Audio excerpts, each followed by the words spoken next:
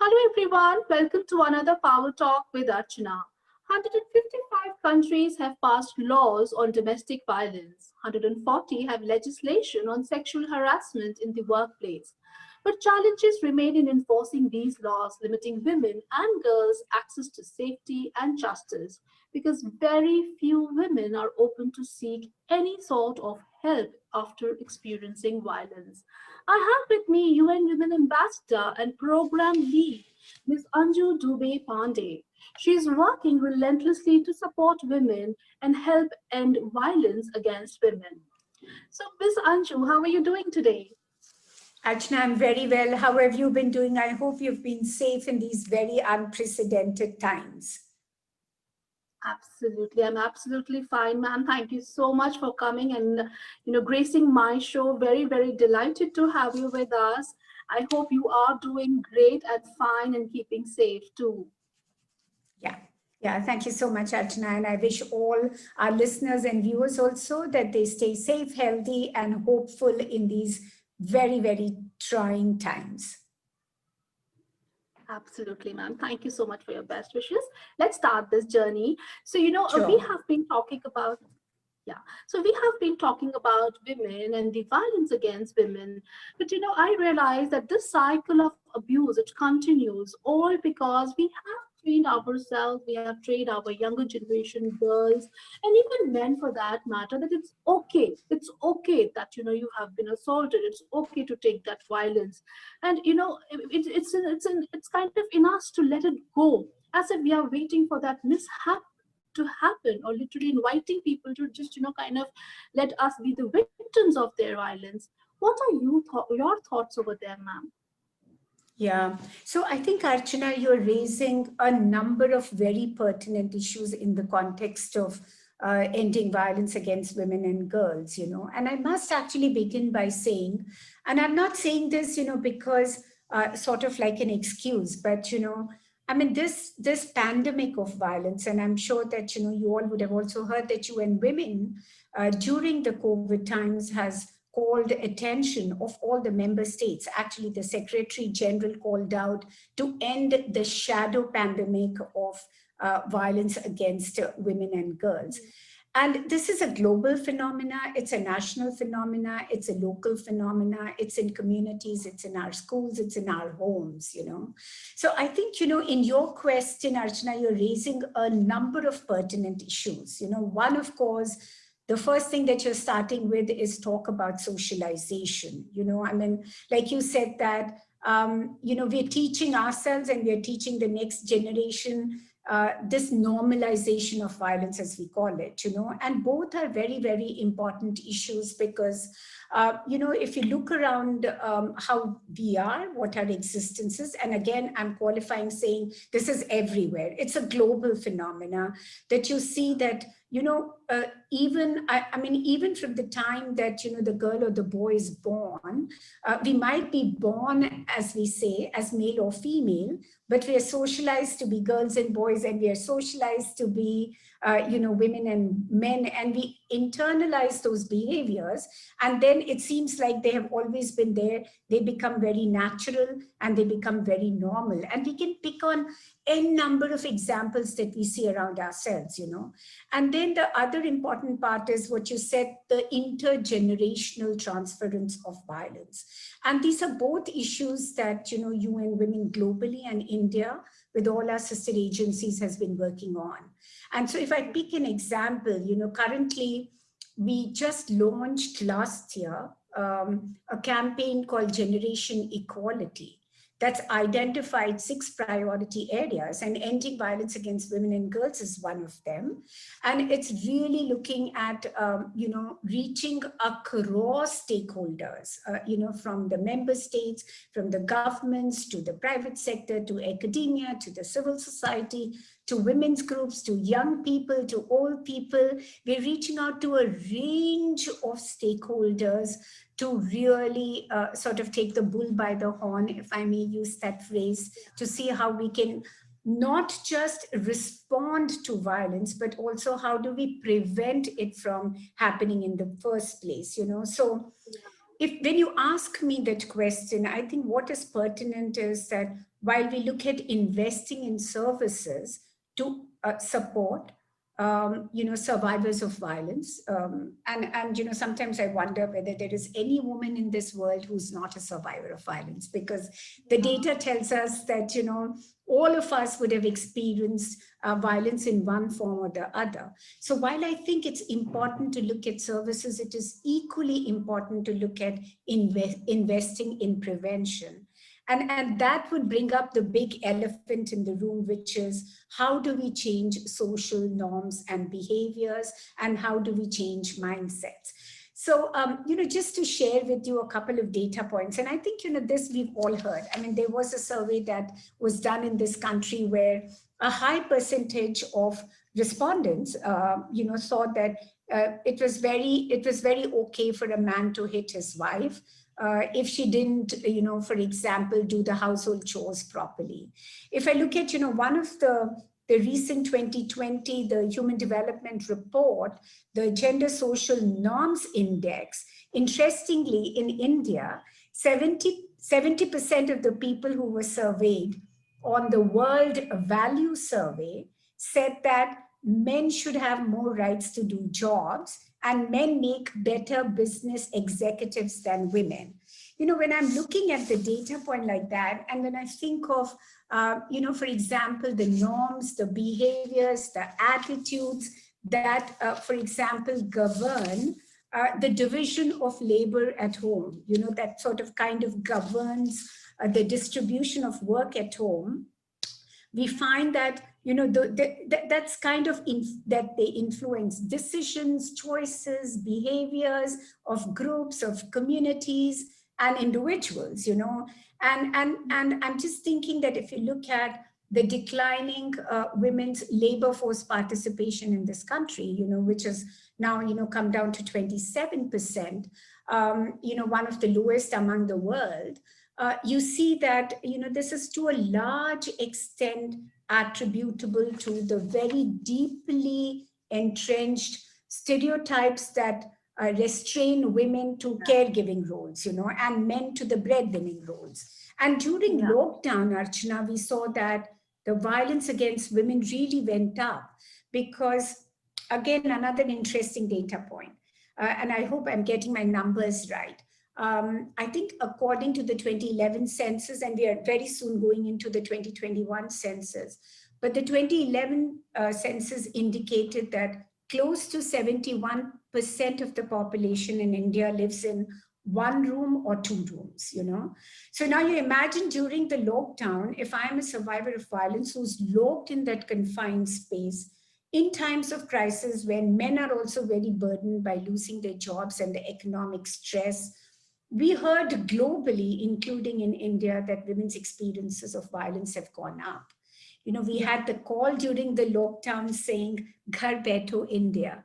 And we did a very interesting twist on that, Archana, because, when we were all reflecting on that, we thought, well, Ghar Baitho India, magar pyar se, because we know that, in these times, in confined spaces, with nowhere to go, not being able to reach out services, women are experiencing a range of abuses, not just in their homes, but also on the streets, which are more deserted, workplaces, because the women constitute the maximum number of health functionaries globally in India, and they are going to their workplaces, so you're experiencing different forms. I mean, and definitely, before I stop and listen to your, next question or add more to this, the increasing burden of experiencing violence in cyberspaces, I mean, that's another area that we can probably have another Twitter chat completely dedicated to each of these sites and women's experience in it. And, the root causes of violence, if I may say so. Yeah, you're very, very, very right. We would love to have another chat on this topic because this is definitely one area that needs to be, told to people the stories. There's so many stories, and this needs to stop right away. But I really don't understand where is this coming from, Ms. Dubey? Because there is so much happening. Are men being raised a certain way? I mean, they are being raised differently. I think even right from the childhood, the way they are being fed is very different from a girl child is being fed. They go to school talking about the marginalized, women. I mean, things are so different. Is it like this across the globe? Or is there any way we can change this patriarchy or the prejudice, make it take a U-turn? Why are the men are being raised to lead all the time? Why can't they expect and accept women to be in leadership, or do well, have an opinion of their own? Why is it happening? Yeah, so I think, Archana, you've really sort of, if I may say, hit the nail on its head, and patriarchy, you've already brought in that word patriarchy. And we're also then, I'm going to bring in a couple more, which is, which may sound like these, big words that we're trying to grapple to understand what our reality and what our existence is. But I think they're critical. And those are the words where we're looking at the systemic and the structural inequality. So when, for example, we're talking about patriarchy, or the examples that you're bringing in of upbringing the men and boys and the women and girls, and I'm also including persons in all their diversities. I'm looking at other sexual orientations and gender identities, because it's really important to talk about all of us in our very varied diversities, not to forget the intersections of gender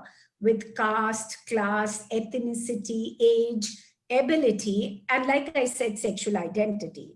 So I think, you're looking at a mix of things that are complex and nuanced at the same time.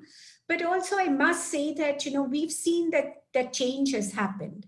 And in the context of gender, probably, as they say, even though it might sound very cliche, that change is the only constant, so whereas we have seen that, certain things might have improved. When I look at, for example, me with my gray hair, and all of you, the young people out there, I'm sure, we do see generational moving forward. But having said that, so, whether it could be in educational attainment, or we're looking at retention, or we're looking at age at marriage, or we're looking at reduction in anemia levels, or we're looking at other reproductive and child health indicators, well, there is progress that has been made. But you do see areas, and particularly the area that we are discussing today, which is ending violence against women and girls. We see that, in certain sectors, we've really moved forward, and in the others, it seems like, when is that battle going to end? So, Yeah. so because, I think, like you rightly said, it's that patriarchy that is so deeply entrenched. It's so normalized that we don't even see that there's anything wrong with it, Yeah. So again, a data that, if you look at, and this is again global, the numbers may vary, but of course, each context is also critical. So we've all been battling with this, about this silence on violence, on, what is the prevalence rate and what are the reported cases. At the end of the day, how many of those reported cases, they get conviction, and what happens in those cases, So, well, 1 in 3 women globally, that's the number that we hear, would have experienced. And the most prevalent form of violence is intimate partner violence, Yeah. So you see that it's something that's happening in our homes. I mean, the latest NCRB data also tells us that 94% of the women knew who their perpetrator was, or who their perpetrator is. So, I think we really have to invert our thinking and rethink on what is our understanding of family, what is our Yeah. understanding of violence, True. what is our understanding of spaces, So, I mean, in addition to the patriarchy that we're talking about, which makes our men and boys think that, uh, this inequality of power, which is a big factor, that conflicts Yeah. can be resolved through violence, and it's normal, it's okay. I'm a man, and you are, you could be my wife or your mother or, other, I'm not even going into the relational thing because there is a high percentage of single women in this country. There is a high percentage of female-headed households in this country. So, but I think, when you're looking at the root causes, there are a multiplicity of these factors where the status of women in our society both becomes a cause and a result of that inequality, and particularly in the context of violence against women and girls. Absolutely. But this is just so painful, I mean, I feel Mm-hmm. it's important for women to stand up for their, the violence they go through. I think they need to stand up and speak out for themselves. I think this is absolutely so very important because it's so painful to listen to these victims of sexual abuse, the kind of harassment they go through, mental, emotional. I think it's something which should be really be banned. I think we need to take action, and this is the time when we really, really need to act and act now and act fast. There has to be a way to bring end to this Yeah. violence, injustice, unethical behavior. This is just not done. What do you think can really Mm-hmm. be done to, just kind of abolish all this happening? Yep. So, Archana, well, the global community, for example, has set 2030 as the deadline. So, well, sometimes you may wake up in the night thinking we're already in 2020, 10 more years to go, Yeah, to look at yeah, attaining all the sustainable development goals, all 17 of them, that the global community has set for itself. But having yeah, said that, I would probably want to invert some of the things that you have said. And, those could both be my organizational, but also my own, personal or individual opinions. I think the first thing that we need to do is to take away the burden of shame and the burden of accountability from women and girls. Like I yeah, started by saying, we really have to have the framework of rights. We have to have the framework of the Constitution and the citizenship. So if I'm an equal citizen of this country in my diversity of age, caste, class that I've just said, and also sexuality, then why should I be burdened by the fact that I have to worry about my own safety? I think the accountability should rest where it belongs, one with the perpetrator, but also where we're looking at the system's accountability of making sure that my rights as a citizen of this country are respected and are ensured. And I've purposely brought in the word respect here, Archana, because I really think the discourse has to change. Many yeah, times I hear when we are discussing, people say, oh, women need to be respected. And sometimes I wonder and I say, well, everybody needs to be respected. The men and yes, boys and other genders also need to be respected. But like I say, move from the respect to the rights discourse. And yeah, we're talking about the rights of women to not just a life that is free from violence, Archana, but also the fear of that violence. I mean, all true, of us, women of different ages, doesn't matter whether you are 6 or 60 or 80. I mean, we all know, and there's a very interesting, a sort of a little sort of knowledge building thing and an advocacy little piece that UN Women has done on what are the different things women do and how do you interpret different items of daily use differently. We all know when you're going out, when you're looking at so it's interesting because it sort of picks up examples of your key or your pet on your leash or the bag that you have or the glasses yeah, that you might be wearing, and how it's very gender specific. So I yeah, think it's important to really look at it from the perspective of women and their rights to a life that is free of violence in all spaces. Currently we all do that. When you're stepping out of the house, you are looking at what you're wearing, what time are you going, who are you going with, when are you coming, where will you be? So a lot of it, and we run a global program called Safe Cities and Safe Public Spaces that looks at a lot of these, innovative practices, including, participatory women's safety audits, both of infrastructures, but also of social norms. So really, to answer your question, I think, one, we have to think differently. We have to stop, putting the onus on women to be responsible, for their safety. Because as a citizen, it's my right to a safe space, whether it's my home, or it's the public space, or it's the workspace, or it is the cyberspace. I think the second important thing that we need to do is, like I say, that engaging with men and boys in all genders is really critical. We have to be looking at, and you already started with saying, how are we raising our men and boys? But many times I hear that the burden of raising the men and boys also disproportionately falls, quote unquote, on the mother. You will hear that in your homes. They'll say, how have you brought up your boys? But I think the responsibility of the fathers as role models, not just that, but also their engagement in the caregiving work that frees up the time for women to pursue, other things that they rightfully want to do, including livelihood. So I think you have to, what we've been talking about, to redefine and redistribute the care work at home. And sort of really looking at a change in the understanding of what those norms are.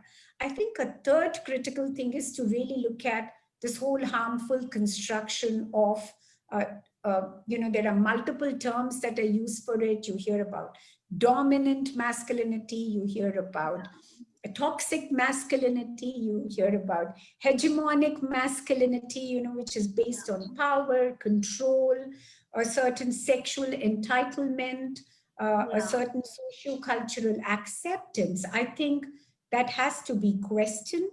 So, whereas we teach our girls to say no, we also have to, the boys also have to learn to hear a no. So this whole education on consent and rejection, but I think an important part about also investing in our young population, sexuality education and everything that comes with it goes a long way. But investing in opportunities where we're looking at empowering the girls, but sensitizing the men and boys, so that we can, everybody during COVID times is talking about build back better. And I'm saying, how do you build back better, but equal? How do you, how does this, this humanitarian crisis provide us the opportunity to make sure that some of those inequalities that have existed forever, but COVID also provided the opportunity for them to be laid bare? How do we move forward ensuring that women don't miss the bus in this post-COVID or during this recovery phase of the pandemic?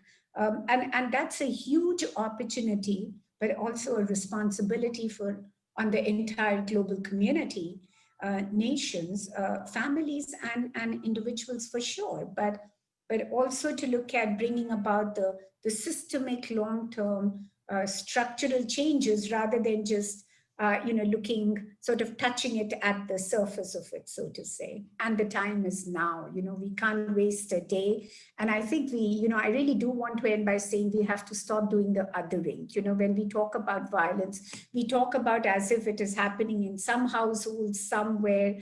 I think this is a reality of our households. This is a reality that is everywhere.